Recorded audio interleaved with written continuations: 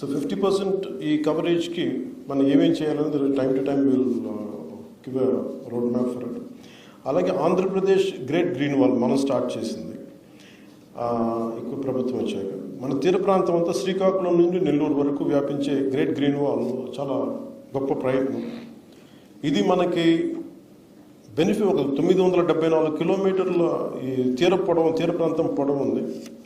ఒకసారి అలాగే మనకు ఉప్పెన్లు కానీ లేదంటే సునామీలు కావచ్చు, లేదంటే ఉదాహరణకి నేను ప్రాతినిధ్యం వహిస్తున్న పిఠాపురం నియోజకవర్గం ప్రతి సంవత్సరం కనీసం ఒక 2-3 ఎకరాలు ముందుకు వచ్చేస్తుంది. ఇంకా ఎగ్జాక్ట్ మెజర్ మర్చిపోయాను, కానీ ఒక 10 అడుగులు వచ్చేస్తాం.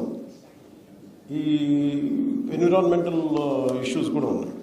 సో వీటన్నిటిని అరికట్టడానికి, సముద్ర కోతను గురవ్వకుండా ఉండటానికి, సునామీ నుంచి రక్షించడానికి చాలా అంబిషియస్ ప్లాన్ చేసాం. 974 కిలోమీటర్లకి గ్రేట్ గ్రీన్ వాల్ చేయాలి. దీని ప్రధాన లక్ష్యం మ్యాంగ్రోవ్ రెస్టోరేషన్, అలాగే roads and canal bund planting, అలాగే తాటి ఇట్లాంటి పండానోస్ అనేటువంటి సాంప్రదాయ తీర ప్రాంత జాతుల అభివృద్ధిని చేయడం. ప్రతి తీర ప్రాంతానికి స్పష్టమైన కాలపరిమితులు ఉండాలి. ఈ ప్రాజెక్టు విపత్తు నిరోధకని నిరోధిస్తుంది.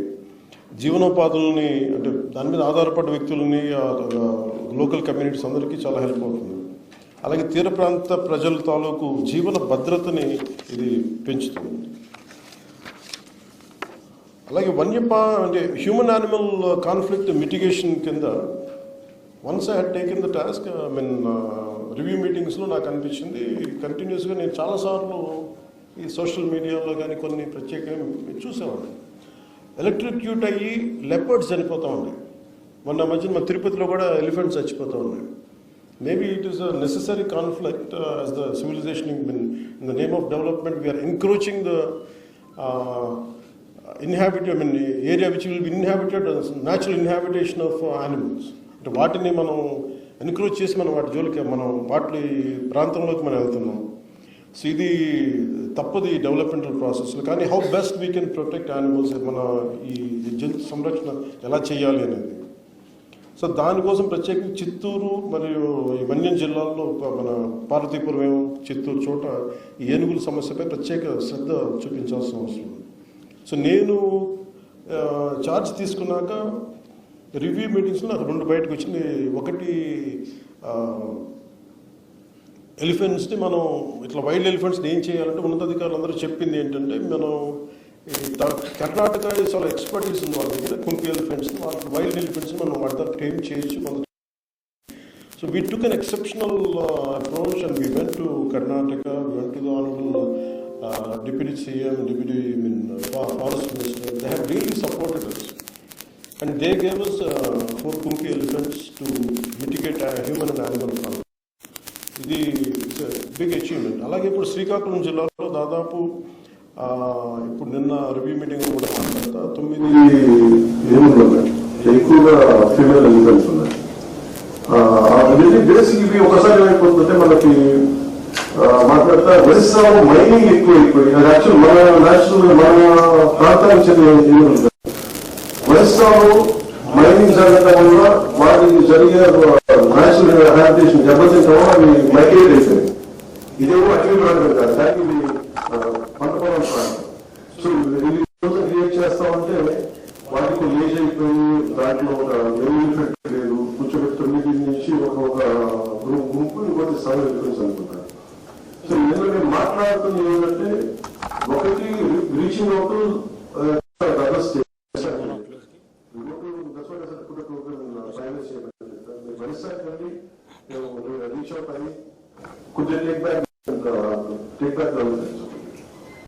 మనం కూర్చోబెట్టి అదొకటి మల్టిపుల్ మెజర్స్ అనుకున్నాం. కొత్త కొన్ని ఎలిఫెంట్స్ ని తీసుకొచ్చి మనం ఈ శేషాచలం తిరిగి వరగలేము. 3-4 ఎలిఫెంట్స్ ని ఆ జీన్ డైవర్సిటీ కూడా పెరుగుతుందని చెప్పి దాన్ని కూడా నిర్ధారణ వచ్చాం. సో ఇది చేయడం 6 months పడుతుంది. సో ఈ కన్సర్న్ రేంజ్ డిఎఫ్ఓ కూడా ఇది ఫ్యూచర్ మీకు అర్థం చేసుకోవాల్సి వస్తుంది. అలాగే ఈ హ్యూమన్ దాని కాన్ఫ్లిక్ట్ లో చాలా కొంత మీరు రెవెన్యూ అధికారులతో కానీ అలాగే మీకు ఏమాత్రం టెక్నాలజీ అవసరం కానీ లేదంటే మీకు ఇన్ఫ్రాస్ట్రక్చర్ ఏమాత్రం ఇబ్బందులు ఉన్నా మీకు ఎంత హ్యాండిల్ చేయగలం ఎంత నిధులు ఇవన్నీ సెకండరీ ఇష్యూ. కానీ అసలు ముందు మీరు ప్రాబ్లమ్ ని ఐడెంటిఫై చేస్తే నేను I keep on doing regular regulars. So please మీరు ఏ మాత్రం ఇబ్బంది పడకుండా దయచేసి మీకున్న స్థానికంగా ఉన్న ఇలాంటి పరిస్థితుల్లో ఏదైనా please reach out to us and we will make sure that we will address that. అలాగే మేజర్గా ఏంటంటే నేను ఇప్పుడు ఇందాక మీకు చెప్పినట్టుగా 22% నోటిఫైడ్ ఫారెస్ట్లో కూడా స్పీషీస్ తగ్గిపోతూ ఉన్నాయి. ప్లాంట్ స్పీషీస్, మొక్కల వైవిధ్యత, జాతులు, కొత్త జాతులు లేవని అదొకటి అడ్రస్ చేయడంతో పాటు విభిన్నమైన ఈ మొక్కల జాతుల్ని సంరక్షించుకోవడం కూడా చాలా అవసరం. నేను రివ్యూ మీటింగ్స్లో మాట్లాడుతున్నప్పుడు నేను అడిగిన like what are the number of species we are developing as a forest nurseries అంటే I think not more than 10 to 20 species తప్ప ఎక్కువ లేదు. బట్ ఇంత వైవిధ్యం ఉంది అడవుల్లో, how come we are not able to get the saplings అని అడిగితే దాన్ని స్పెషల్ ఫోకస్ పెట్టలేదంటే. So I request you to develop plant nurseries which will be more about wildlife species. మరి దాదాపు 300, 400, 500 మొక్కలు జాతుల్ని మనం తీసుకొచ్చి వైల్డ్ నర్సరీస్ లో పెంచాల్సిన అవసరం ఉంటుంది. ఇది ఎందుకు ప్రత్యేకత అవసరం ఉంటుందంటే 50% 2047 గోల్ 50% గ్రీన్ కవర్ అవ్వాలంటే ఇప్పుడు ఉన్న 22% ఇది పెరగదు. మిగతా అదర్ దెన్ డినోటిఫైడ్ ఏరియాలోనే పెరగదు. ఇది నగరాలు కావచ్చు, లేదంటే మిగతా మన ఎక్కడైతే అర్బన్ ఏరియాలో కావచ్చు, లేదంటే it could be of revenue departments, it could be schools, it could be multiple small patches. So వీటికి to create mini forest atmosphere we have to develop forest species in a big way. That is one thing which we have to do. దీనివల్ల గిరిజన గ్రామాల్లో కూడా మీరు నర్సరీలు ఏర్పాటు చేసి స్థానిక ప్రజల ద్వారా అడవి సేకరించి అరుదైన జాతుల్ని పెంచాల్సిన అవసరం ఉంటుంది. సో ప్రతి నర్సరీ నుండి 1000 నుండి ఒక 2000 మొక్కలు పెంచినా కానీ మన రాష్ట్ర వైవిధ్యం మరింత బలంగా సమృద్ధిగా పెరుగుతుంది. అలాగే వీటితో పాటు ఎకో టూరిజం కూడా మనకి ప్రత్యేక పరిస్థితుల్లో మనకి చూస్తే registration of forest rights act, దీని ద్వారా చాలా ఉద్యమాలు వచ్చినాయి, అన్నీ వచ్చినాయి. ఈ చట్టం ద్వారా రాష్ట్రంలో సుమారు 4 లక్షల ఎకరాల రిజర్వ్ ఫారెస్ట్, నోటిఫైడ్ ఫారెస్ట్ భూముల్ని ట్రైబల్స్కి ఇవ్వడం జరిగింది. ఈ రిజర్వ్ ఫారెస్ట్ ద్వారా ఈ ట్రైబల్స్ ఫ్యామిలీ లైవ్లీహుడ్స్ని ప్రొటెక్ట్ చేస్తూ మన అడవులను కూడా కాపాడుకోవాల్సిన అవసరం చాలా ఎంతైనా ఉంది. అంటే మీరు ఈ పోడు వ్యవసాయం కావచ్చు, ఇవన్నీ కావచ్చు, కానీ వాళ్ళని మనం ఎలాగా వాళ్ళకి లైవ్లీహుడ్ పోకుండా, వాళ్ళకి జీవితాలు పోకుండా మనం ఎలా వాళ్ళని హ్యాండిల్ చేయాలి, మన అడవిని ఎలా సంరక్షించుకోవాలి. కొన్నిసార్లు మీకు కూడా ఫీల్డ్ క్షేత్రస్థాయిలో మీకు టఫ్ సిచ్యువేషన్స్ ఏర్పడతాయి. సో మేము అందుకనే ఈ ప్రభుత్వం కొత్తగా ప్లాన్ చేసిందంటే ఎకో టూరిజం. ఇది అడవుల్లో అద్భుతమైన అందమైన ప్రాంతాలు ఉన్నాయి, సాధారణ ప్రజలకి తెలియవి. సో ఎకో టూరిజం ద్వారా ప్రజల్ని ప్రకృతిని ఆస్వాదించే అవకాశం ఇవ్వవచ్చు. అలాగే దాని ద్వారా ఈ వారి జీవనోపాధి కోసం ఈ మన కొట్టేసుకుంటూ వెళ్ళిపోతామంటే మనం తిరిగి దాన్ని అంటే వాళ్ళు కొట్టేసి తిరిగి మన లైవ్లీహుడ్ చేసుకున్నంత ఫాస్ట్గా మొక్కలు పెరగవు. కాబట్టి సో మీరు ఒక మేజర్ రోల్ ప్లే చేయాల్సి వస్తుంటే ఎకో టూరిజం దాంట్లో వాళ్ళకి ఉపాధి అవకాశాలకు ఎలా కల్పించాలి, దాని మీద ఎలాంటి ట్రైనింగ్ ఇవ్వాలి వాళ్ళకి, అవన్నీ కూడా మీకు తెలియజేయాల్సిన అవసరం. ఇది ఒక రోజులో జరగదు కానీ బట్ ఇంక్రిమెంటల్గా I think we have to make sure they are dependent on sustainable livelihood. అంతేగాని నోటిఫైడ్ ఫారెస్ట్లు చేసుకుంటే అది ఒక రోజులో అవ్వదు కానీ but somehow you have to take this into consideration. అలాగే మన భారతదేశం దాదాపు 22,000 కోట్ల రూపాయలు టింబర్ మనం దిగుమతి చేసుకున్నాం.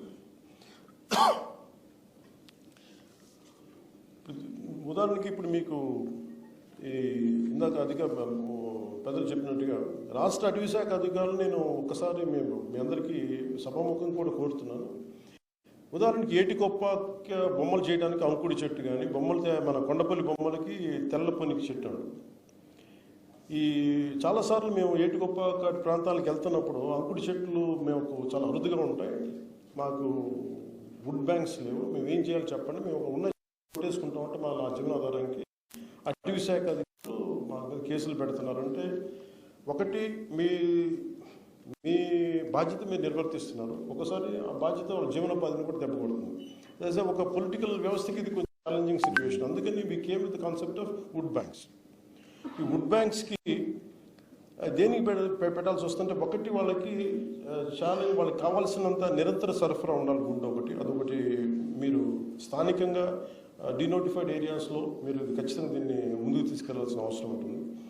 రెండు, తెల్లపొనికి చెట్టు, దీని ఛాలెంజ్ ఏంటంటే తెల్లపొనికి కొండపల్లి బొమ్మలు చేసినట్టు ఇది అంత తేలిగ్గా పెరగదు, సర్వైవల్ రేట్ చాలా చాలా తక్కువ దీనికి తెల్లపొనికి.